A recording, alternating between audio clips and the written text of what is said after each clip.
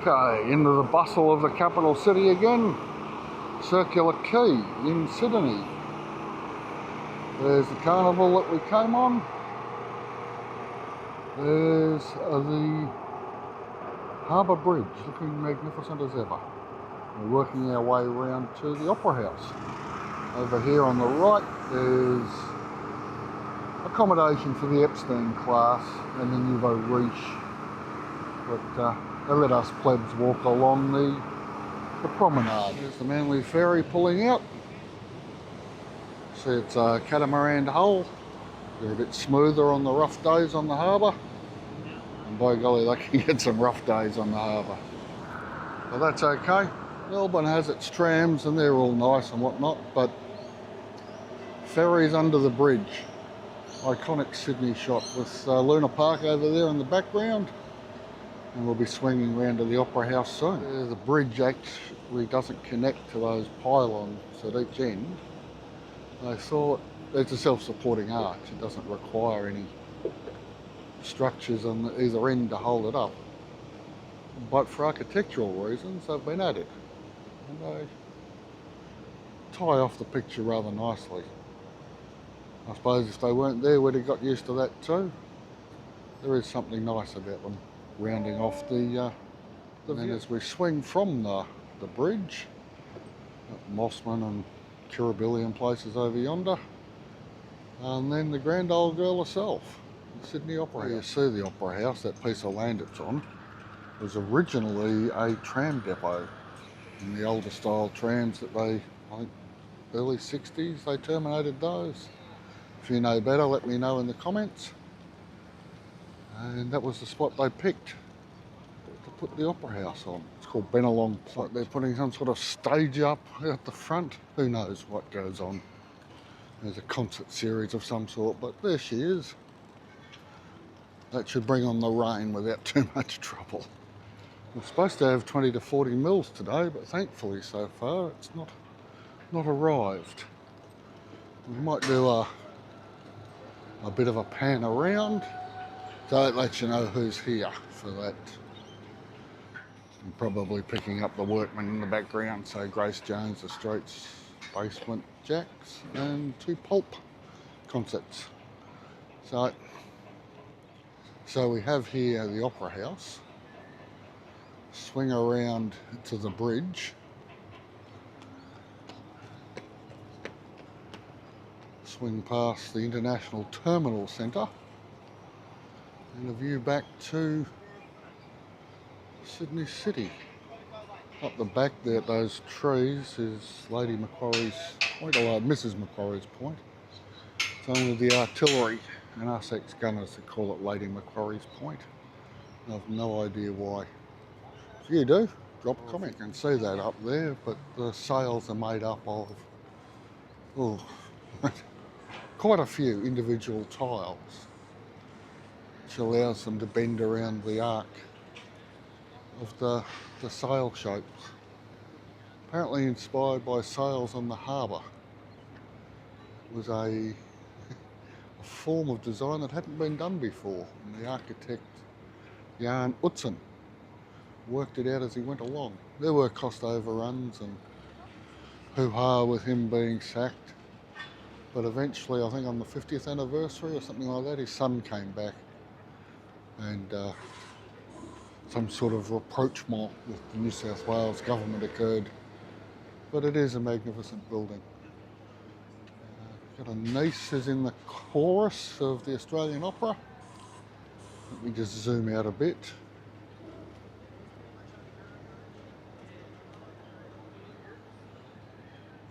So we can get more of it in. And I've been to a couple of concerts, or operas. And the sound is just magnificent in there, without any mics, without any embellishment, just the human voice. Blow your socks off. Back a few years ago, we came down to see a seal that was living on the end of the promontory here. And Joe Biden, who was Vice President at the time, travelled to the forecourt, gave a bit of a talk, came from Intercontinental, which is about 200 metres up the road, with so much So much protection, SAS in ambos and armed people everywhere. It was a bit of a joke really, but we know how to put on a show. It's like we may still have a seal about. They're basically dogs, but they will bite your head off. And that's the spot there where the seal lives. Comes up and barks. It's clearly not there. But if he was, that's where we'd see him. A little bit about the harbour, or Port Jackson. Cook never actually sailed in here, but as he sailed past the heads, he could see what he thought would be a safe harbour for 100 ships of the line, which is quite a big harbour. And I remember flying in as a 15-year-old and looking down at it, seeing it from the air. You could see what he was talking about. But yeah, busy place, constantly on the go. The premier city of Australia. We'll just swing round and have a look at the forward end of the Opera House to give you some idea. You got one theatre in there, there's another one in there. Despite all the hoo-ha and the cost overruns and all the rest of it, probably worth it in the end. While they were building it, Paul Robeson, the American singer and I guess communist, if we can use that word anymore, it actually meant something then, came and sang to the builders and encouraged them to keep going with the work. Off there in the middle of the screen, we have what's known as Pinchgut, which was a fort that was set up to defend Port Jackson from, well, naturally the French, because that's what was going on in the 17 and 1800s, but oddly enough from the Russians as well. Once they'd established at Vladivostok in northern Pacific, there was concerns they'd come down here. It seems unlikely now, but there you go. And across from Pinchgut is what's known as Garden Island. It's a naval dockyard. It's no longer an island, it's connected to the mainland at Woolloomooloo. Now there's a word to contemplate. I'll put it on the bottom of the screen so you can see how long it is. And guess whether or not you would have pronounced it as Woolloomooloo. Because we've had all kinds of pronunciations from visitors. That's the botanical gardens in there. Lady Macquarie's chair's over there on the next promontory. Or Mrs. Macquarie's chair, if you're a civilian.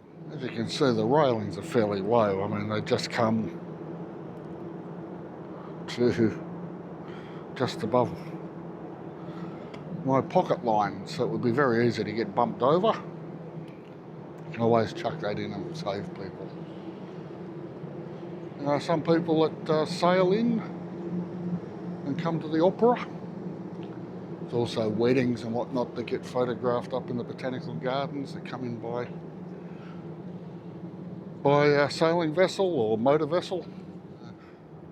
Looking back along the eastern side, there's nothing special here. It's just all foundation. Lots of people out exercising. Beyond me at this point, it's 86% humidity, which is a bit rude. Now we might just wander up onto the concourse. The entrances into the Opera House. You've got the Jones Sutherland Theatre and Box Office, and there's the stage door next door for the talent, and the Utzon Room, named after Jan Utzon, the architect. Now this is a view to behold. You come up the stairs and just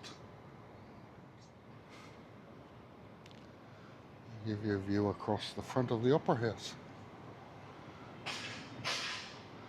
Really is an impressive building. You can see the concert stages there, quite impressive with the Opera House in the back. There off the bow of the Carnival Splendour is the Museum of Contemporary Art. It used to be the Maritime Services Board building, I believe. It's now probably called Sydney Harbour Port Authority or some nonsense. But it's another wonderful Art Deco building. Despite the madness of this being a work day, the foot traffic's not too bad. A few tourists, whatnot, heading towards the end of summer. Sunday, I think, is the 1st of March, which will be the first day of autumn. I'm wandering around this part of Sydney because the ladyship is doing a surprise job interview. And when we got back into Sydney, so she found a spot in the Customs House lobby, hidden away behind all the suitcases, with her tablet and a clip-on mic and some headphones. Let's see how she goes. It has given me the opportunity to wander. This is a bit of a transport hub here at the quay. You can see all the ferries. And just above the centre there, in front of that blue building, blue glass building, Circular Quay Railway Station. And on the other side of that, on the flat part of the ground, there's a bus interchange and tram terminus. Seen a couple leaving there for Randwick, who knows where else they go.